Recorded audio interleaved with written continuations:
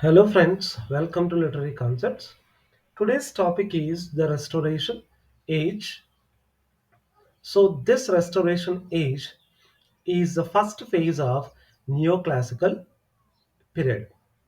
So, this period, Restoration Age, started in 1660 and ended in 1700.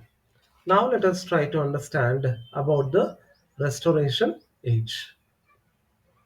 The Restoration Age in English literature refers to the period from 1660 to 1700. So this age started in 1660 and ended in 1700. And this age began with the restoration of King Charles II to the throne after the Puritan rule of Oliver Cromwell. So King Charles II came to the throne in 1660. So therefore, this period is called as restoration age. Restoration means returning. Okay, so putting back or re-establishment. Understand? After the Puritan rule of Oliver Cromwell. So this period saw a revival of literature, that is a renewal of literature, theater, and arts. We find the renewal of literature, theater, and arts, and heavily influenced by the changing social and political landscape. So the literature, theater, and arts were influenced by the changing political and social scenarios, social and political environment of during the Restoration Age. So this period is known. This is very popular for its. This period is popular for its satire, realism, and wit. So which reflects the extravagant, that is the extravagant means the expensive, okay, the extreme, the excessiveness, and often immoral court life of Charles II. So this period is known for its satire, realism, and wit, which reflects that the extremities of, okay, the extremities and immoral court life of the Charles II during the Restoration Age in the literature and arts. Now, let us try to understand the characteristics of the Restoration Age. The first characteristic is restoration of the monarchy.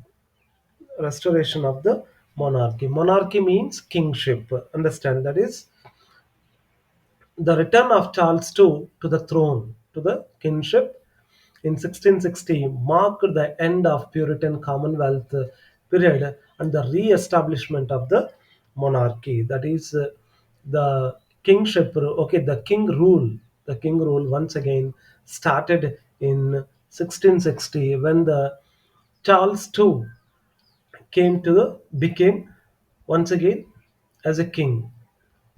So that's why the restoration of monarchy we find during the restoration period. The next characteristic is professional theaters. The reopening of theaters in 1660 led to the flourishing of professional drama. Okay, the theaters once again reopened in 1660. So this led to the development of professional drama during restoration period. So theaters such as the Drury Lane, Covent Garden became central to the London's cultural life. Okay, the Drury Lane, the theaters names like, okay, Drury Lane and Covent Garden, they became central, okay, important to the London's cultural life. The next feature is revival of drama, that is renewal of drama. Theaters reopened. Because of theaters reopened, new forms like restoration comedy, so which uh, focuses on witty, sexual, and satirical aspects, became popular during restoration period. So The new forms, the new style of writing, restoration comedy, introduced, has become more popular during the Restoration Age. The next characteristic is heroic plays. A heroic plays, that is, a drama also included. Heroic plays written in rhymed couplets with the grand themes of honor and love. Heroic means grand, understand, the grand plays. So in drama, we also find the heroic plays during this time, so which use rhymed couplets. Okay, with the grand themes, we find the themes like honor and love in heroic plays. The next characteristic is use of satire. So writers of Restoration Age used satire to mock social, political, and religious hypocrisy. So writers of Restoration Age, they used the satire, genre satire, and to mock the social, understand, to criticize, to ridicule the social, political, and religious pretensions of the age. The next characteristic is the licentiousness and realism. The literature of this period reflected the decadent, understand, the corrupt and indulgent lifestyle of the aristocracy. So the literature of this restoration is reflected, focused more on the decadent and indulgent lifestyle of the aristocratic people, that is the nobility, the upper class people, the ruling class people, their corrupt and sinful, okay, dissolute lifestyle. So we find more in the literature of in the restoration age. The next characteristic is the development of prose and journalism. So during this restoration age, we find the writer experimented with essays.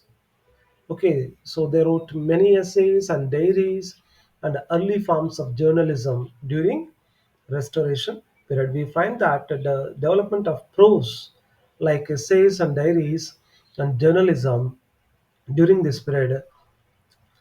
The next characteristic is scientific and philosophical influence. So this is coincided with the rise of the Royal Society. So that is United Kingdom's National Academy of Sciences, which established in Royal Society is a United Kingdom's National Academy of Sciences, which started in 1660.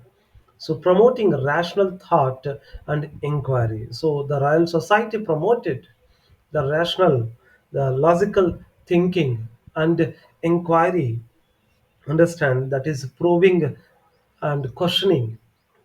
So therefore we find that scientific and philosophical thoughts influence on the literature during the restoration period.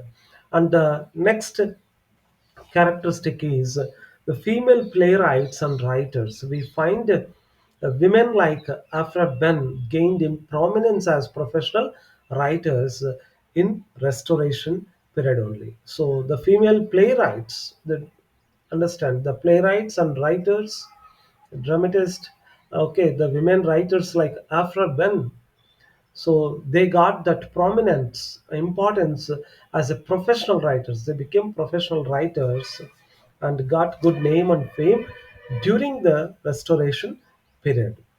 So these are the characteristics of the restoration age. Now let us try to understand about the major writers and their works. The first major writer of Restoration age is John Dryden, whose lifetime started in 1631 and ended in 1700. So he was a leading literary figure of the Restoration age, Restoration period, known for his popular for his poetry, drama, and criticism. Dryden was very very popular for his poetry, drama, and criticism during the Restoration period. So his popular works, Absalom and Achitophel. so which was published in 1681. So it was a political satire using biblical allegory. Understand the biblical related to Bible, the story related to Bible. It is a political satire. Absalom and Achitophel.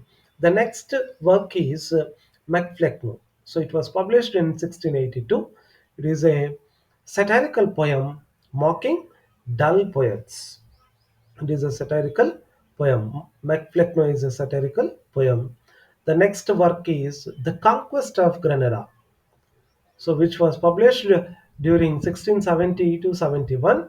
So it was a heroic drama in rhymed couplets. The Conquest of Granada is a heroic drama, so in rhymed couplets. The next work is All for Love, so which was published in 1677. So it was a blank verse. Understand? The blank verse means so a verse without a rhyme which uses iambic pentameter. A verse that is a poem without rhyme. Understand? So All for Love is a blank verse tragedy based on Antony and Cleopatra, based on the story of Antony and Cleopatra. The next work is an essay of dramatic poesy, so which was published in 1668. It was a critical work defending English drama. So these are the important works of John Dryden. The next writer is Samuel Pepys. Samuel Pepys, so whose period started in 1633 and ended in 1703. The Diary of Samuel Pepys, written in 1660 to 1669, published posthumously, that is, after his death. So it was a first hand account of daily life in Restoration England. So it is presenting the daily life of Restoration England, including the Great Plague and the Great Fire of London. These events occurred during this time. The Great Plague occurred in 1665 and ended in 1666. The Great Plague and the Great Fire of London, that incident happened in 1666. Understand? So we find in the diary of Samuel Pepys, all these events are covered in the diary of Samuel Pepys. The next writer is William Wycherley, so whose lifetime started in 1641 and ended in 1716. So his important work is The Country Wife. His important work is The Country Wife, so which was published in 1675. So it is a scandalous comedy. Understand? It is a malicious, defamatory comedy about deception and sexual freedom, about the cheating. Deception means cheating and sexual freedom. The next writer is William Congreve, whose time period is started in 1670 and ended in 1729. So Congreve was a prominent playwright, a dramatist known for his comedies of manners. So Congreve was popular for his comedies of manners, which explores the complexities of social interactions and relationships. So we find the complexities, the difficulties of social interactions and relationships in his comedies of manners. His major works are The Way of the World, which was published in 1700, A Love for Love, which was published in 1695, The Old Bachelor, which was published in 1693. So these are the Way of the World, Love for Love, The Old Bachelor were the works of William Congreve. The next writer is George Etheridge. George Etheridge. So his time period started in 1634 and ended in 1691. Etheridge was a key figure in the development of comedy of manners. So he was a important writer in the development of the comedy of manners. His major works are The Man of Mode, which was published in 1676, and the next one is The Comical Revenge, which was published in 1664. The Man of Mode, The Comical Revenge were the works of George Etheridge.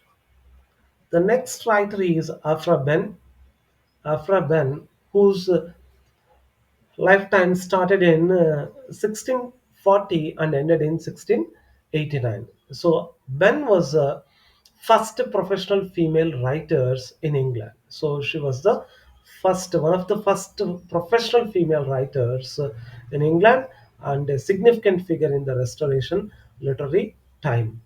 Understand? So her important works are Orinoco, so which was published in 1688, one of the first English novels about an enslaved African prince. Understand? So Orinoco is the first English novels, one of the first English novels written by a female writer, Afra Ben. And the second work is The Rover, which was published in 1677. So it was a popular restoration comedy featuring witty dialogue and strong female characters. We find that witty dialogues, the humorous dialogues, understand, and strong female characters uh, in the Rover. Okay, in the Rover. The next writer is Thomas Otway. Thomas Otway, so whose time period started in 1652 and ended in 1685. So his important work is Venice Preserved, which was published in 1682. It was a tragic play about love, betrayal, and a political intrigue. So Venice Preserved is a tragic play about love, betrayal, and political intrigue, political plannings, secret plannings. The next writer is John Bunyan, so whose life started in 1628 and ended in 1688. His major work is The Pilgrim's Progress, which was published in 1678. So it remains a significant religious allegory. Understand? Pilgrim's Progress was a one of the important religious fable story. The next writer is Samuel Butler, whose lifetime started in 1612 and ended in 1618. So his important work is Hudibras, which was published in 1663. Hudibras, published in 1663. So it is famous for his, so Samuel Butler, famous for his satirical poem. So that is, Hudibras is a satirical poem which mocked the Puritans. So in Hudibras, he mocked the Puritans. He ridiculed the Puritans. Understand? So these are the important writers of Restoration age.